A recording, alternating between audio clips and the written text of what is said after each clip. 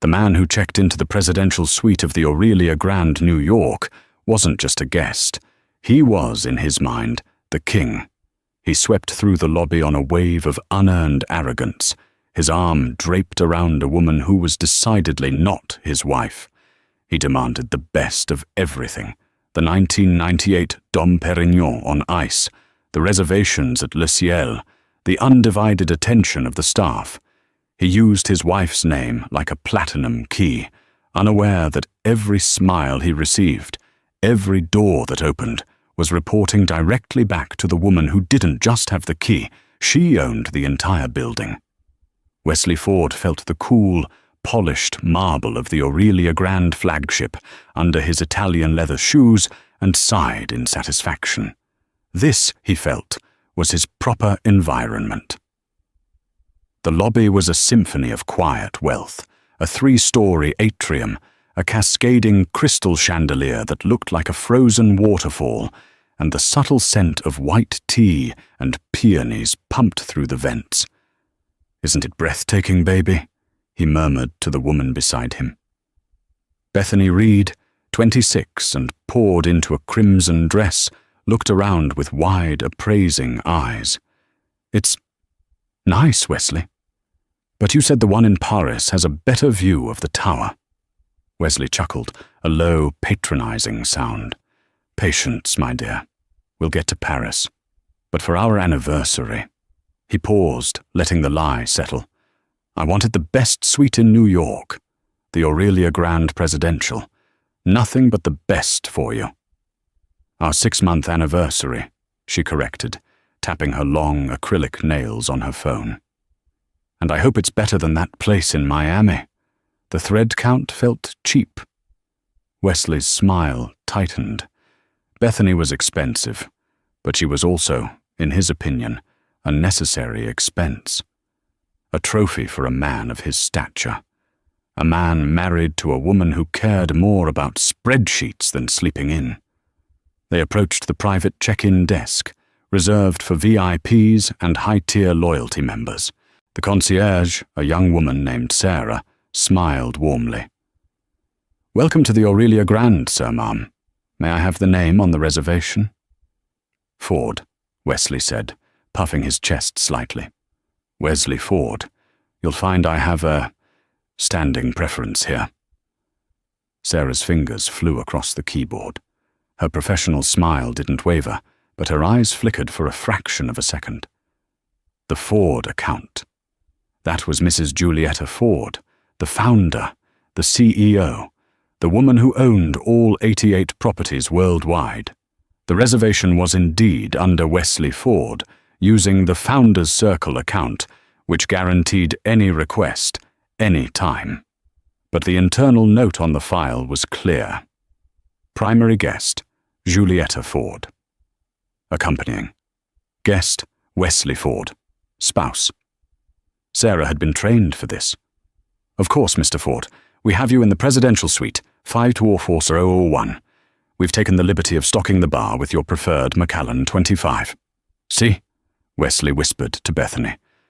"They know me." As a bellman collected their luggage, a matching set of Louis Vuitton trunks, the general manager, Mr. Howell, emerged from his office.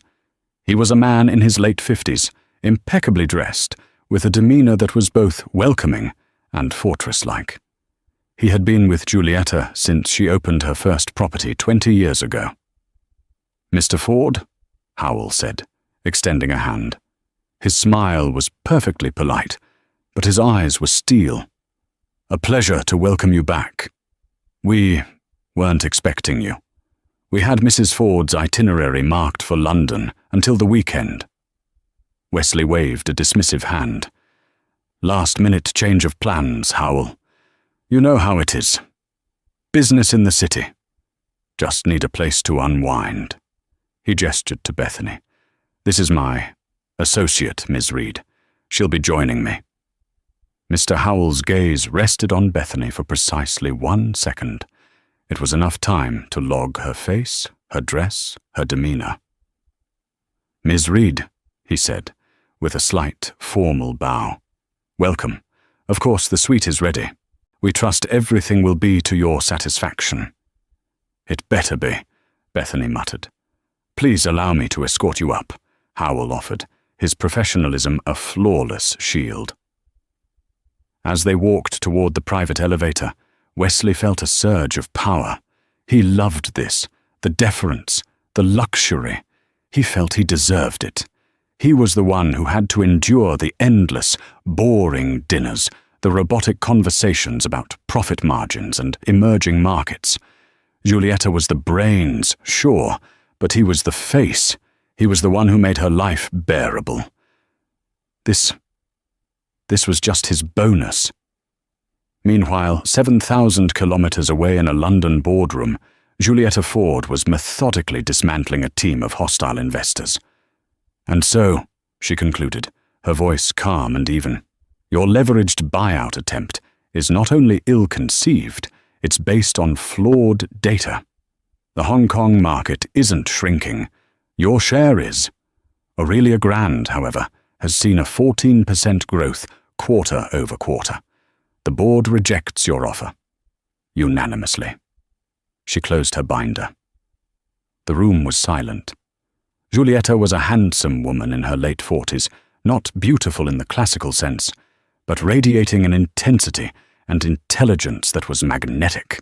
She wore a simple, severe navy blue suit, her dark hair pulled back in a tight chignon.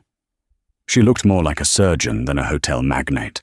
Her assistant, Nina, a sharp-eyed woman in her 30s, handed her a tablet. "Flight is confirmed for 8 p.m. tomorrow, Giulietta. Wheels up to JFK." "Good," Giulietta said, standing. The investors scrambled to their feet. "Thank you for your time, gentlemen. I suggest you re-evaluate your positions." She walked out, Nina in her wake. Once in the armored car, Giulietta let out a long breath and loosened her hair. The severe CEO softened, just a little. "God, I'm tired," she said, rubbing her temples. "And I miss Wesley. Did you get him that case of wine he wanted?" "The 82 Petrus? Yes, it was delivered to the house yesterday," Nina confirmed. "Good. He's been working so hard on that new fund. I feel like I haven't seen him in weeks." She picked up her phone. "I'll call him. It's, 3 p.m. in New York. He should be between meetings." She dialed. It rang 4 times, then went to voicemail. "Hi, darling. It's me. Just wrapping up in London. It was a bloodbath, but we won. Of course. I'll be home Saturday morning. I can't wait to see you. I love you." She hung up, a small, sad smile on her face. She loved her husband. He was her anchor, her one soft place to land in a life of hard edges.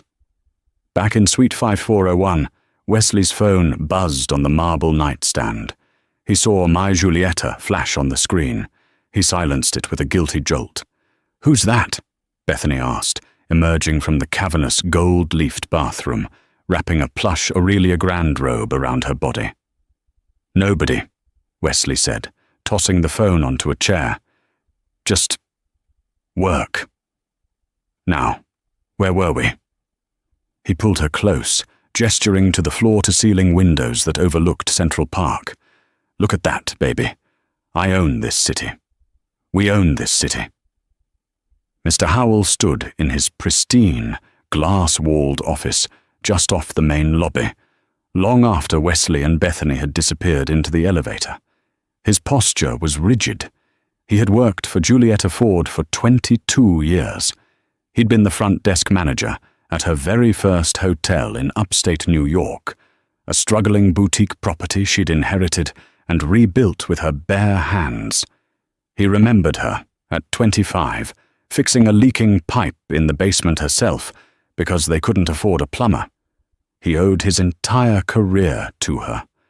Her loyalty to her core staff was legendary. In return, their loyalty to her was absolute. The Aurelia Grand hotel chain wasn't just a business to Giulietta. It was her life, her family. And Mr. Howell, like many of the senior staff, felt a deep, almost paternal obligation to protect it. And to protect her. He had seen Mr. Ford with associates before.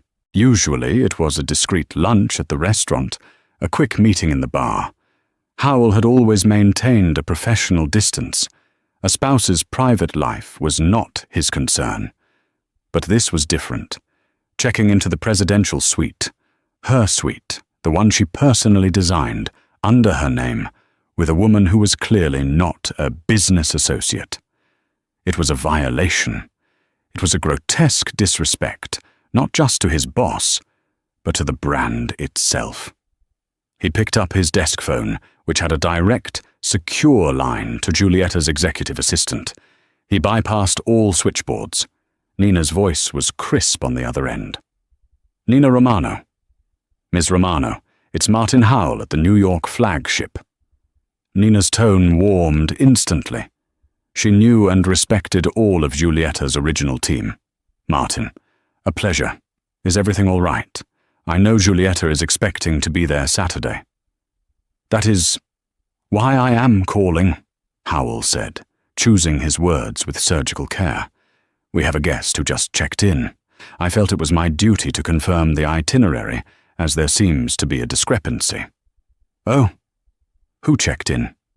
"Mr. Wesley Ford," Howell said. There was a beat of silence. "Wesley? He's there? He's not supposed to be.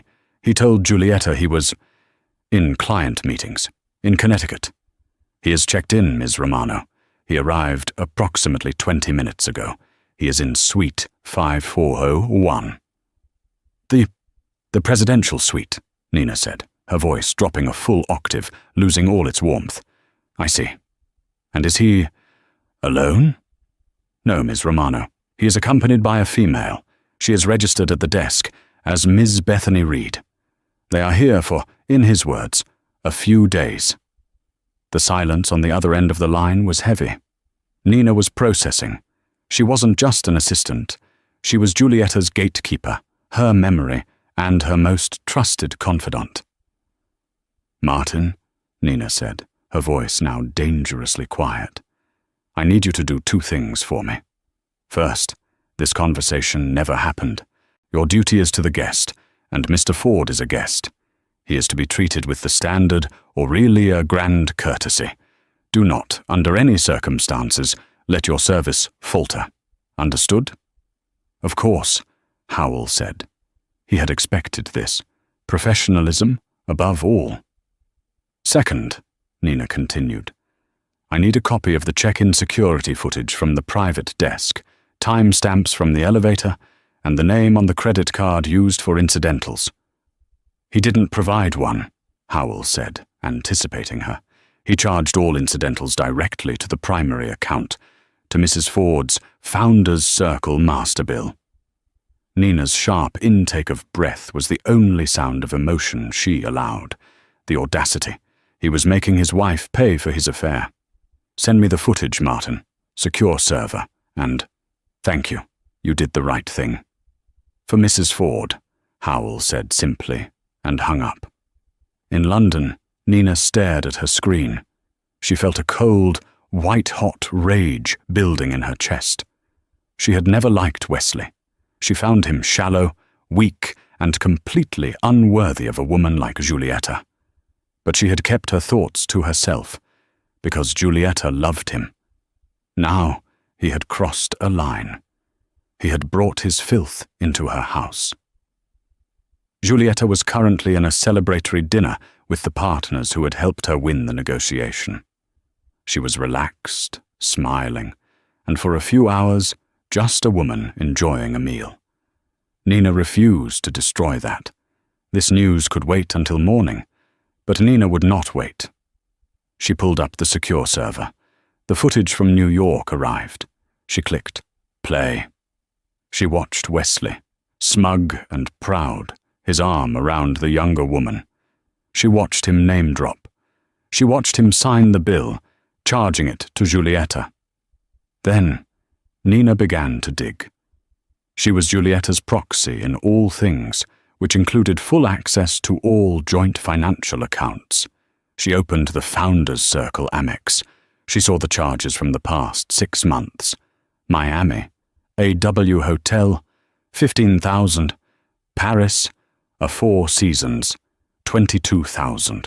An online jeweler, Boudoir Gems, $18,000. And then transfers, large five-figure transfers from the joint household account, the one Giulietta kept topped up for property taxes and staff salaries, into a private account under Wesley's name only. This wasn't just an affair. This was theft. Nina stared at the numbers, her blood running cold. She looked at the clock. 11 p.m. in London. Giulietta would be back at her hotel soon. This couldn't wait until morning, after all. Back in New York, Wesley and Bethany were living in grotesque luxury. They had polished off the champagne. Bethany was taking selfies in the grand, free-standing marble tub, filled with bubbles. "Wesley," she called out, "this is amazing, but when are you going to do it?" Wesley was standing on the terrace, overlooking the park, feeling like a master of the universe. "Do what, my love?" "Leave her," Bethany said, her voice suddenly sharp. "You keep saying soon, soon. You keep taking me on these trips, but we're still hiding. I'm tired of hiding. I want this," she gestured around the suite, "to be mine. Ours. When are you going to leave, Giulietta?" Wesley's good mood evaporated. This was the part he hated. The feelings part. "Bethany, we've talked about this. It's complicated. The finances, the assets. It takes time to untangle things." "How much time?" she pouted, stepping out of the tub and wrapping the robe around herself. "It's been 6 months. I thought you said she was just a business partner, a cold fish. You said you didn't even love her." "I don't," he said, too quickly. "I don't. I love you. She's complicated. But I'm handling it. This trip, this is a sign that I'm serious, isn't it? I'm taking you to her hotel. I'm not afraid." "Then prove it," Bethany challenged, moving close to him. "Call her. Call her right now and tell her it's over." Wesley's blood ran cold. "What? Now? It's the middle of the night in London. I can't." "Why not?" she pushed. "If you're done, you're done. Or are you just a coward?" "I am not a coward," he seethed. He was stung. He grabbed his phone from the chair, his false courage fueled by champagne. He saw the missed call from my Giulietta. "Fine," he said, his jaw set. "Fine. You want me to prove it? I'll prove it." He didn't call. He was too cowardly for that. Instead, he opened a text message. His fingers hovered, shaking slightly. He typed, "Giulietta, we need to talk when you get back. I'm not happy. I think I want a divorce." He stared at it. It was weak, but it was a start. It would break the ice. Bethany watched him, a cruel, satisfied smile on her face. "Send it." He hit send. A moment later, his phone buzzed. A reply. He opened it, confused. It wasn't from Giulietta. It was an automated message from his carrier. Message failed. The recipient's phone is currently turned off. She must be on the plane already," he lied, slipping the phone back into his pocket. "It didn't go through. I'll tell her. I'll tell her when she lands." "You better," Bethany said, her voice a low threat. "Because I'm done being a secret. Now, order me some more of that champagne. The good stuff." Wesley nodded, feeling a sudden, sharp headache. He called room service, his voice overly loud, full of false bravado. "Yes, this is Wesley Ford in the presidential suite. Send up another bottle of the 98 Dom. And a dozen oysters. Charge it to the room." He felt like a king. He had no idea he was just a jester in his wife's court. Giulietta returned to her suite at the Aurelia Grand London, a mirror image of the New York property, but overlooking Hyde Park, feeling the deep, bone-weary exhaustion that only comes after a high-stakes victory. She unpinned her hair, letting it fall, and messaged her neck. All she wanted was a hot bath and to dream of being home with Wesley. Nina was waiting for her in the suite's private study, her face pale and set. "Nina? What is it? You look like you've seen a ghost. Did something happen with the deal?" "The deal is fine, Giulietta," Nina said, her voice uncharacteristically gentle. "Please sit down." Giulietta's stomach fluttered with anxiety. Nina was never gentle. "What's wrong? Is it my mother?" "Your mother is fine. This is about Wesley." Giulietta sat, her posture immediately straightening. "What about him? Is he all right? Was there an accident?" "No," Nina said. She placed her tablet on the desk between them. "He's fine. He's in New York." "New York? That's impossible. He's in Connecticut. He has that client retreat." Giulietta trailed off as Nina's words sank in. "He's in New York." "He's at the flagship, Giulietta," Nina said softly. At the hotel? Why?" A smile touched her face. Is he surprising me? Is he flying to London?" "No." Nina took a deep breath and turned the tablet around. She pressed play. Giulietta watched the silent, high-definition security footage. She saw her husband, Wesley, his face beaming, his arm possessively around a young, beautiful woman. She watched him lean in and kiss the woman's temple. She watched him sign the check-in slip with a flourish. The room went utterly silent. The only sound was the distant traffic on Park Lane. Giulietta did not cry. She did not gasp.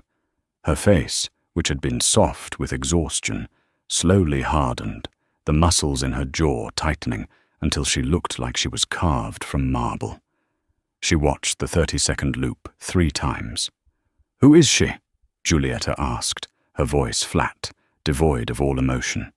"Her name is Bethany Reed, 26, aspiring lifestyle influencer, according to her social media, which," Nina added, swiping to a new screen, "is filled with pictures from Miami, Paris, Aspen, all locations where Wesley has supposedly been on business this past year." Giulietta stared at the screen, at the pictures of this girl posing in hotels.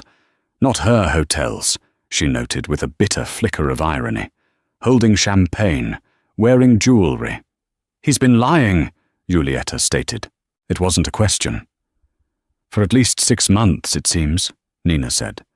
"And it's worse." "Worse? Worse than bringing his mistress into my hotel, into my suite, and paying for it with my money?" Nina swiped again, bringing up the bank statements. "He's been embezzling, Giulietta. I can't be sure of the total amount without a full audit, but from a quick look at the household and discretionary accounts, it's over $4 million.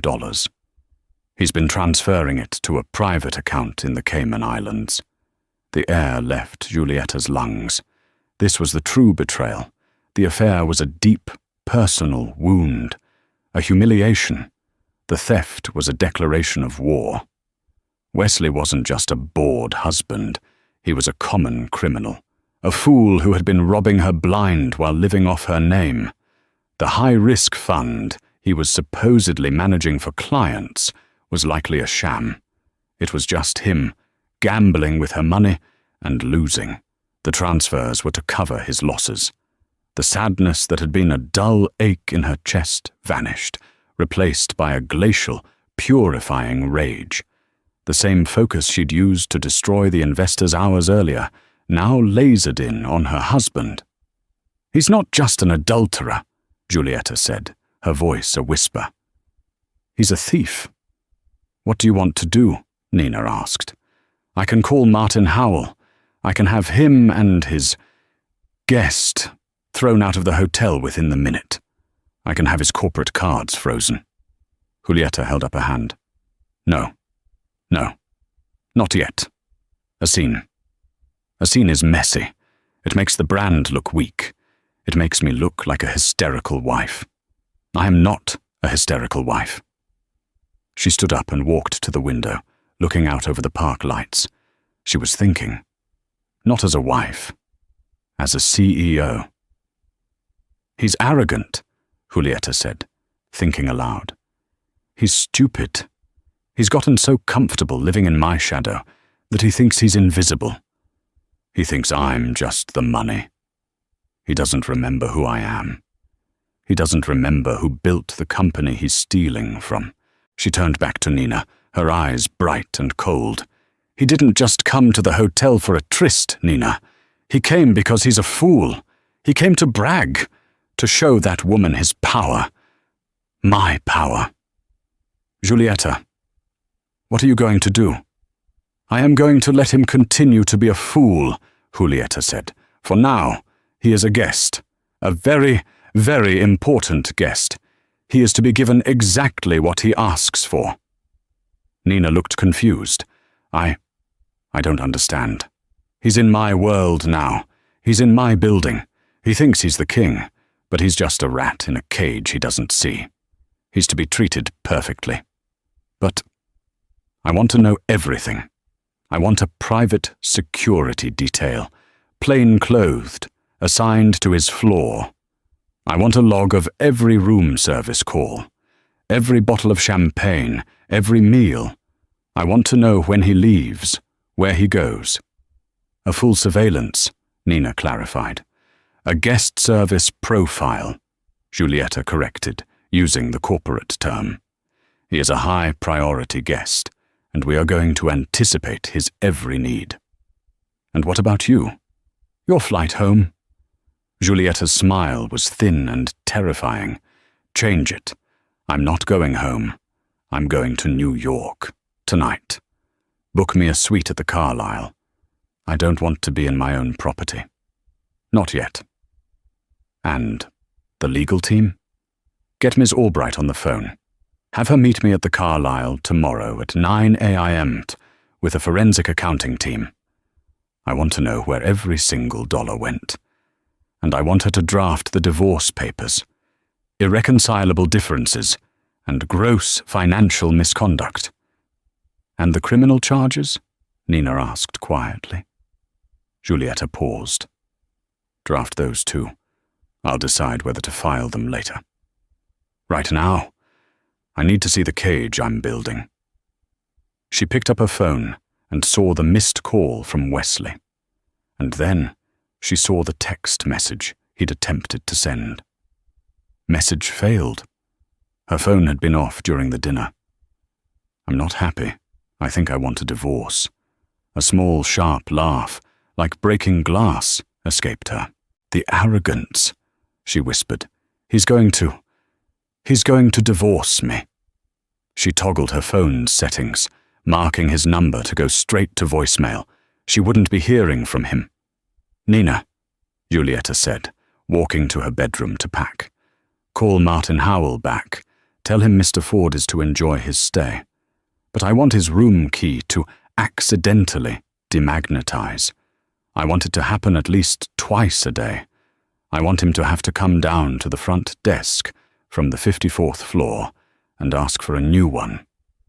Nina blinked, then a slow, appreciative smile spread across her face. Yes, Julieta. And the dinner reservation he made at Le Ciel tonight. Yes. Lose it. Wesley woke up the next morning with a pounding headache and a dry mouth. The sunlight streaming into the massive suite was offensively bright. He looked over. Bethany was still fast asleep, splayed across the fret linens. He felt a pang of, not guilt, precisely, more like inconvenience. He had to deal with Julieta. He checked his phone. No reply. He grumbled, assuming she was ignoring him. It was just like her. He'd drop a bomb like divorce, and she'd probably reply with a question about the quarterly taxes. But first coffee. He padded to the high-tech espresso machine built into the suite's custom bar. He pressed the on button. Nothing. He pressed it again. The machine remained dark. Damn it, he muttered. He jiggled the plug. Still nothing. Fine. He'd call room service. He picked up the sleek, touch-screen phone on the desk. The screen was blank. Dead. Unbelievable, he seethed, his irritation growing. You pay $20,000 a night for a suite and the power is out. But the lamps were on. The TV worked. It was just the phone and the coffee machine. He huffed and located his room key. I'll be right back, he said to the sleeping form of Bethany. Going to get coffee. He walked to the elevator, swiped his key. The light flashed red. Access denied. He tried again. Red. He swiped it fast, then slow. Red. Red. Red. A curse exploded from his lips. He was locked out of his own floor. He was forced to take the service elevator, located down a hallway, which let him out in the staff corridor. He stalked through the lobby to the front desk, his hair a mess, wearing only his silk pajama bottoms and a robe. Sarah, the concierge from yesterday, was at the desk. She looked up, her face a mask of polite concern. Mr. Ford? Is everything all right? No, nothing is all right, he snapped. My key doesn't work, and the phone and coffee machine in 5I401 are broken. Send an engineer up immediately. My deepest apologies, sir, Sarah said, her voice dripping with practiced sincerity. Sometimes the keycards demagnetize if they're too close to a mobile phone. I'll issue you a new one at once. She typed for a moment, handed him 2 new keys. And I will notify engineering about the appliances. We'll send someone right up. Wesley snatched the keys and stalked back to the elevator, feeling humiliated. He passed Mr. Howell, who nodded politely. Good morning, Mr. Ford. I trust you slept well? Wesley just grunted and stabbed the elevator button. When he got back, Bethany was awake and furious. Where were you? I'm starving, and this coffee machine doesn't work. I know, he said. I had to go down and get new keys. It's a whole thing. They're sending someone up. Well, I want to go shopping, she declared. You promised me 5th Avenue. And then I want to go to that restaurant tonight. The one with the stars. Le Ciel. Yes, yes, Wesley said, desperate to placate her. I made the reservation. 8 o'clock. Prime table. An hour later, an engineer, a polite man who looked baffled, showed up. He checked the coffee machine. Sir, the plug was pulled from the wall, just slightly. See? He pushed it in. The machine whirred to life. Wesley stared. He knew he'd checked that. And the phone, sir? It appears to have been unplugged from its data port. The engineer crawled under the desk, fiddled for a second, and the screen lit up. All set, sir. Very sorry for the inconvenience. Wesley felt a strange, paranoid chill. Had Bethany done this? No, he shook it off. Just bad luck. The rest of the day was an exercise in frustration. Their shopping trip on 5th Avenue was a disaster. At the Chanel boutique, the Founders Circle, Amex, the one Wesley used for all his discreet purchases, was declined. Declined. He'd never seen that word before. He blushed, stammering to the sales associate. Run it again. It must be your machine. She ran it again. I'm sorry, sir. Declined. Bethany's face was thunderous. Wesley, what is going on? It's nothing, he hissed. It's a fraud alert, probably. I'm in a different city. I'll call the bank. He quickly used his own personal card, the one linked to his stolen funds. The purchase went through, but it made his stomach clench. That was his money, not Julietta's. He stepped aside and called the Amex number. He was put on hold for 20 minutes. Finally, a crisp voice told him, I'm sorry, Mr. Ford, but we show this card was reported compromised by the primary account holder. It has been locked, and a new card is being issued. We cannot unlock it over the phone. Julieta. She had locked the card. Why? Did she get his text? Was this her petty, passive-aggressive revenge? Fine, he muttered. Fine. He was rattled. He needed the night to go well. He needed to impress Bethany. That evening, they dressed for dinner. Bethany in a backless, glittering silver dress, Wesley in his best Tom Ford suit. They arrived at Le Ciel, the hotel's 3 Michelin star restaurant, at 8 p.m. on the dot. The maitre d', a tall, imposing man named Jean-Pierre, looked at the reservation book. He frowned. "Monsieur Ford, is it?" "Yes," Wesley said, annoyed. "Ford. Table for 2. 8 p.m. Jean-Pierre scrolled through his tablet. "I am deeply sorry, sir. I do not seem to have a reservation under that name." "What? That's impossible. I made it myself. From the suite. Perhaps it was for tomorrow night." "It was for tonight," Wesley seethed, his voice rising. Several diners looked over. "Sir, if you would lower your voice. We are fully booked, as you can imagine. I have nothing." "This is an outrage." Wesley slammed his hand on the lectern. "I am a guest in the presidential suite. I am Wesley Ford. Don't you know who I am?" From the back, Mr. Howell materialized, his face the picture of deep concern. "Mr. Ford, Jean-Pierre, is there a problem?" This idiot," Wesley sputtered, "says he lost my reservation." "1,000 apologies, Mr. Ford," Howell said, shooting a disappointed look at the maitre d'. "This is an unacceptable oversight. Jean-Pierre, we must accommodate Mr. Ford." "But, Monsieur Howell, there is nothing." "Then we will make something," Howell said firmly. He turned to Wesley with a placating smile. "Sir, it is not the window table you doubtless requested, but we have one table. We can set it for you immediately. Please, accept a glass of champagne on the house for this terrible error." Wesley, slightly mollified, nodded curtly. "Fine." They were led past the main dining room, with its sweeping views and plush velvet booths, past the secondary, quieter room, and into a small alcove. It was, technically, still the restaurant, but it was also directly adjacent to the main swinging door of the kitchen. They were seated at a small, wobbly table. The music of the restaurant was drowned out by the clatter of pans, the muffled shouts of chefs, and the swoosh-thwack of the kitchen door opening and closing every 30 seconds. Bethany looked horrified. "Wesley, it's temporary," he hissed. "They'll move us." But they were not moved. The complimentary champagne arrived. It was not Dom. It tasted like cheap Prosecco. Their waiter was slow, flustered, and kept apologizing. Their food took over an hour. "This," Bethany said, pushing her lobster bisque away, "is a joke. You said you owned this place.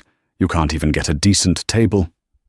I am practically the owner," Wesley insisted, his face slick with sweat. "Howell knows me.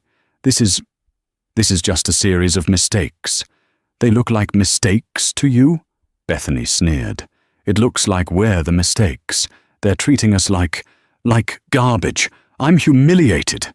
She stood up, throwing her napkin on the table. "I'm going back to the room. Us, it's not working. You're not the man you said you were, Wesley." She stormed out, leaving him alone at the worst table in New York's best restaurant. He sat there, fuming, as the kitchen door swoosh-thwacked again. This was Giulietta's doing. It had to be. She was locking his cards, cancelling his reservations. She was trying to humiliate him. Fine. 2 could play at that game. He was done with this. He would go to her lawyer. He'd demand his half. He stormed out of the restaurant, not even signing the bill. When he got to the 54th floor, he swiped his key. Red. Access denied. He swiped again. Red. She had done it again. He was locked out. He roared in frustration, slamming his fist against the wall. He had to go all the way back down to the lobby, sweaty and furious, to get another key. Across the street, in a dark penthouse suite at the Carlisle Hotel, Julietta Ford sat with Miss Albright, her lawyer. Nina was with them, holding a phone to her ear. "Mr. Howell confirms, ma'am," Nina reported, a small smile playing on her lips. "Ms. Reed has returned to the suite. Mr. Ford is currently at the front desk, requesting another key. His voice," she added, "was described as apoplectic." "Good," Julietta said, taking a sip of water. "Let him simmer." "The forensic team has a preliminary number," Miss Albright, a severe woman with grey hair, said, pushing a file across the table. "He wasn't just covering gambling losses. He was funding Ms. Reed's influencer business. He also purchased in cash a condo in Miami, in her name." Julietta's face darkened. "He bought her a home with my money. It's wire fraud, plain and simple, Julietta. On top of the embezzlement. We have him. The question is, how do you want to proceed?" Julietta looked at the file, at the pictures of the Miami condo. She looked at the bank transfers. "He's not just a fool," she said. "He's a parasite. And you don't bargain with a parasite. You exterminate it. Nina, call him." "Call Wesley?" Nina asked, surprised. "Yes. Use your phone. Tell him I'm devastated. I got his text. Tell him I'm flying back, and I want to save our marriage. Tell him I'm willing to renegotiate our prenup to make him happy." Albright and Nina stared at her. "Julietta, are you—" "He's desperate," Julietta cut in, her voice like steel. "He's been humiliated. His money is cut off. He's terrified I'm going to ruin him. But his ego will believe I still want him. He'll believe I'm the weak, forgiving wife. Tell him I'm hosting a private dinner. Tomorrow night, just the two of us, in the founder's room at the New York flagship. To reconcile." "A trap," Albright said, a look of profound respect in her eyes. "A performance review," Julietta replied. "Now, make the call." Wesley finally made it back into the suite, his rage a palpable force. The door slammed shut behind him, rattling a priceless vase on a nearby pedestal. "Bethany!" he roared. The suite was quiet. He stalked through the living room into the master bedroom. She wasn't there. Her suitcases, the Louis Vuittons he had bought her, were gone. On the bed, in the center of the vast, empty mattress, was a single, diamond-encrusted earring, one of a pair he'd bought her from Boudoir Gems. Next to it was a note, scrawled on Aurelia Grand stationery. "You're a fraud, Wesley. I'm not going down with you. Don't call me." He sank onto the bed, the fight draining out of him, replaced by a cold, hollow dread. She was gone. The card was locked. Julietta was somewhere, plotting against him. He was alone in this monument to his wife's success, and he had never felt so small. His grand fantasy of a new life, a life where he was the man in charge, had evaporated in 24 hours. All that was left was the reality. He was a 50-year-old man who had stolen millions from his wife, and he had just been caught. He saw his life flashing before his eyes, the lawsuits, the press, the Page 6 headlines, Hotel Queen's husband in cheating and embezzlement scandal. He would be ruined. He would be broke. He might even go to... No, he couldn't even think it. He had to fix this. He had to beg. He had to grovel. He scrambled for his phone to call Julietta, to preemptively apologize, to invent a story, a breakdown, a midlife crisis, anything. When the phone buzzed in his hand, the caller ID was Nina Romano, Julietta's attack dog. His blood turned to ice. This was it. The call from the lawyers. He answered, his hand shaking. "Hello?" "Wesley." Nina's voice was cold, professional. "Julietta is aware of your text message." "Nina, listen, she is deeply, deeply distressed. Wesley, Nina said, her voice suddenly softening. The shift in tone was so unexpected, it threw him off completely. She is? He stammered. She's cutting her trip short. She's flying back tonight. Wesley, she loves you. She doesn't want this to be the end. She's distraught. She blames herself, her work, her travel. Wesley blinked. He was stunned. Distraught? Blaming herself? He had been prepared for rage, for lawyers, for threats. He was not prepared for guilt. A slow, insidious flicker of hope and arrogance reignited in his chest. Of course, she was powerful, yes, but she was still a woman. She was lonely. She needed him. He'd just pushed her too far. This was leverage. She does? He said, his voice instantly changing from terrified to concerned husband. Nina, I've been so unhappy. I've been so lonely. I did something stupid, but it was a cry for help. She knows, Nina said, her voice dripping with false sympathy that over the phone Wesley mistook for the real thing. She knows she's been distant. She wants to make it right. She's willing to discuss everything, even the prenuptial agreement. Wesley sat bolt upright. The prenup, the ironclad, you leave with nothing but the clothes on your back document he'd been forced to sign. She is? She wants to reinvest in the marriage, she said. She wants to make you a full partner in everything. This was it. This was the payday. His gamble. It had worked. She was scared of losing him. That idiot Bethany had left just when things were about to get good. Where is she? I'll meet her at the house, he said eagerly. No, she's embarrassed. She wants this to be private, away from the staff at home. She's landing late tomorrow. She wants to meet you for a private dinner. Tomorrow night, 8 p.m. The Founder's Room at the New York Hotel. The Founder's Room? He said, impressed. That was the ultra-private dining room on the top floor, reserved for Julieta and the board. Just the two of you, Nina said. To talk. To save your marriage, Wesley. She's asking you to be there. She's saying she's sorry. Yes, Wesley said, his voice full. Yes, of course. Tell her I'm sorry too. Tell her I love her.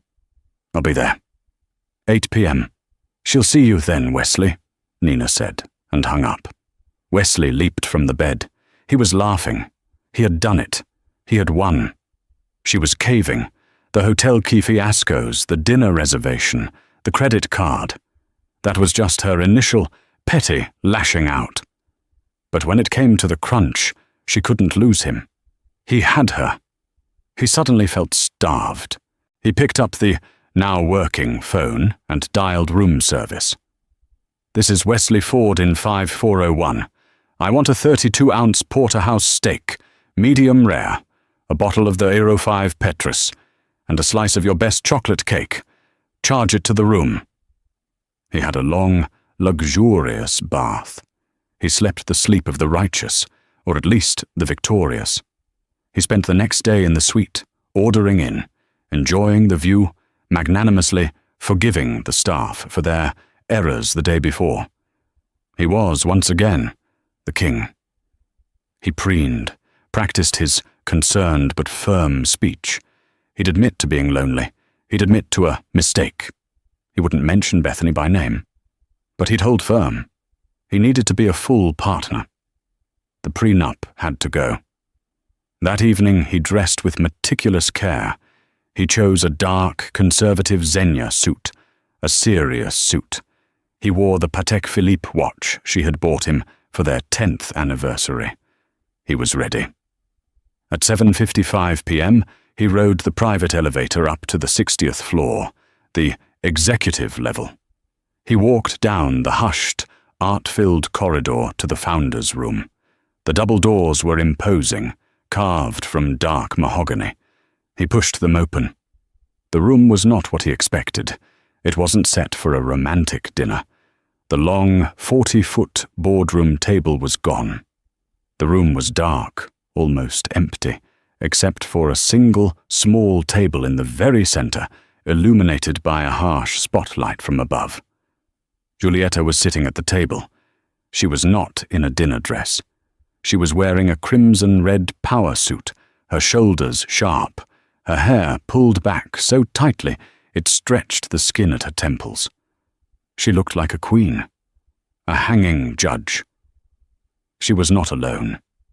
In the shadows, standing against the far wall, were two large, imposing security guards, and at a small desk in the corner sat a woman he didn't recognize, a severe-looking woman with grey hair and a laptop. Ms. Albright. "Wesley," Giulietta said, and her voice was not the voice of a distraught wife. It was the voice she used in boardrooms, the voice that ended careers. "Hello, darling," she said, her voice echoing slightly in the vast, empty room. "Please, sit down. We have so much to reconcile."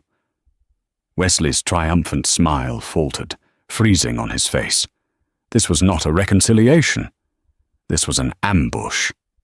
"Giulietta, what is this?" he stammered, his eyes darting to the guards, then to the lawyer in the corner. "Where's the dinner? I thought we were going to talk." "Oh, we are," Giulietta said, her voice dangerously pleasant. "We are going to talk about so many things. Please, Wesley, sit." She gestured to the single, uncomfortable-looking chair opposite her. He sat, perching on the edge. The spotlight was hot, making him feel like he was under interrogation. "You look nervous, Wesley," Giulietta said. "There's no need. This is just a performance review. After all, you've been working for me for 15 years. I thought it was time we assessed your value." "Giulietta, stop this. This is cruel. I came here. I know I made a mistake. I was lonely. You're never here. I was a fool." "A fool," she agreed, nodding slowly. "That is the first true thing you've said.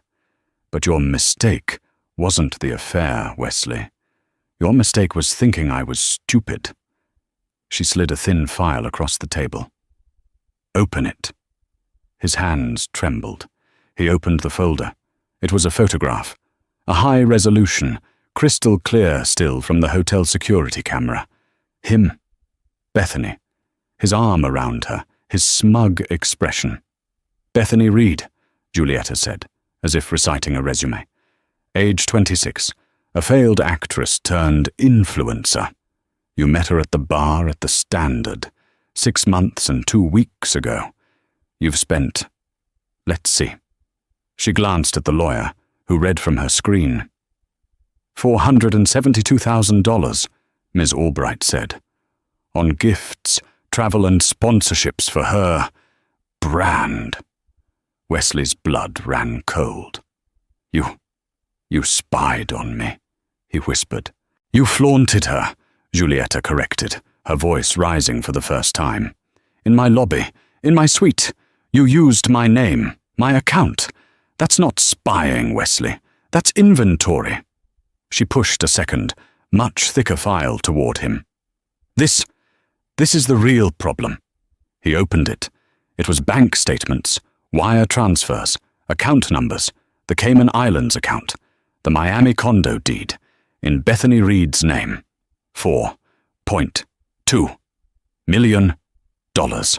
Giulietta enunciated every syllable. "You didn't just make a mistake, Wesley. You stole from me, from this company, from the people who work for me. You took money that was earmarked for employee pensions and year-end bonuses, and you bought your whore a condominium." "No," he cried, standing up. It was investments, high risk, the market. It went bad. I was trying to make my own money, so I could be your equal." The two guards tensed, but Giulietta held up a hand. "Sit down." He fell back into the chair. "You have never been my equal," she said, her voice low and filled with a contempt that seared him. "You were my husband. I loved you. I trusted you. And you were a parasite, a common, pathetic thief." "Giulietta, please," he begged, the tears now real. I can pay it back. We can work this out. Don't do this. I'll go. I'll sign anything. Just don't tell anyone. The press. It would ruin us. It would ruin the brand." He tried to find her last weak spot. The brand. Giulietta actually laughed, a cold, sharp, mirthless sound. "The brand? You're worried about the brand? You brought your mistress to the flagship. You were declined at Chanel. You made a scene at Le Ciel. You are a liability, Wesley. The brand will be stronger when I cut you out of it." She stood up, walking around the table to stand over him. "You came here tonight thinking I was going to offer you more," she said, disgusted. "You thought I was the weak, forgiving wife. You thought you'd won." She snapped her fingers. Mr. Howell stepped out of the shadows from a side door. He was holding a small, silver tray. "You've been complaining about your stay, Mr. Ford," Giulietta said. "The service, the reservations, the keycards. I believe you made a scene. At Aurelia Grand, we take guest complaints very, very seriously." She took a stack of papers from Miss Albright. "These," she said, "are the divorce papers. You get nothing. The prenup is ironclad. In fact, due to the financial misconduct clause, you owe me." She took another document. "This is a restraining order. You will not come within 500 feet of me, my home, or any of my properties. Ever again." She took a third file. "And this. This is the criminal complaint we are filing with the district attorney's office tomorrow morning. Wire fraud, embezzlement, grand larceny. Ms. Albright is a very good lawyer. You'll be hearing from her. And from the NYPD. Wesley was white, hyperventilating. Giulietta, no, prison. You wouldn't. I'm your husband." "You were my husband," she corrected. "Now you're just a thief. And this," she nodded to Mr. Howell. He stepped forward. On the tray was a single, long piece of paper. A receipt. "This is your bill," Giulietta said, "for the presidential suite. 5 nights, at the full, non-discounted rack rate, plus room service, the Dom Perignon, the oysters, the Petrus, the steak, plus the damages for the vase you knocked over, plus the premium for checking in under false pretenses." Wesley looked at the total. It was over $150,000. My cards are locked," he stammered. I can't pay this." "I know," Giulietta said, "which is why we will be seizing your assets. The few you had before me, anyway. Your watches, your car, that ridiculous fund you operate. Consider this, your final performance review. You're fired. From the board, from the family, from my life." She turned to the guards. "Gentlemen, Mr. Ford is no longer a guest. He is, in fact, banned for life from all Aurelia Grand properties. Please escort him from the premises." "Giulietta, no, please!" Wesley screamed, grabbing for her. The guards were on him in an instant, pulling his arms behind his back. "You can't do this. I'll tell the press everything. I'll ruin you," he shrieked, his face red. Giulietta leaned in close, her face inches from his, and whispered, "Go ahead. Tell them. Tell them you're a cheater and a thief. Tell them you got caught by your wife. Tell them you're facing 10 to 15 in Sing Sing. Who do you think they'll believe, Wesley? The fool on the pavement, or the queen in the castle?" She turned and walked to the door. "Mr. Howell," she said, not looking back, "please have housekeeping deep clean suite 5401. I want it fumigated." "Yes, Mrs. Ford," Howell said, his voice filled with profound relief.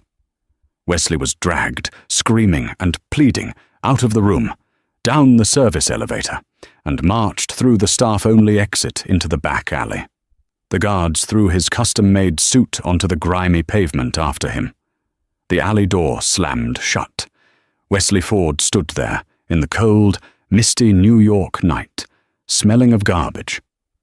His phone was dead. His wallet was empty. He had, quite literally, nothing but the clothes on his back. And he knew, with a certainty that chilled him to his soul, that his life was over. Julieta stood in the empty founder's room, feeling hollow but light. The cancer she'd been ignoring was finally cut out. Her legal team confirmed the next steps. Wesley would be arrested by midday.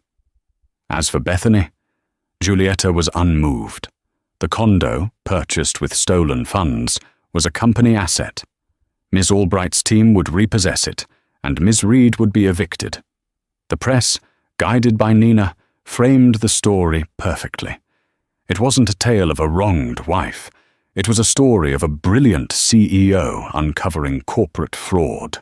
Wesley was the fool, and Julieta was praised for her decisive action. 6 months later, Julieta stood on a balcony in Dubai, overlooking the construction of her newest, most ambitious hotel. Her vision was clearer, focused on building for herself. She had the New York suite gutted, erasing the past and remaking it in her own clean, modern image. The divorce was finalized.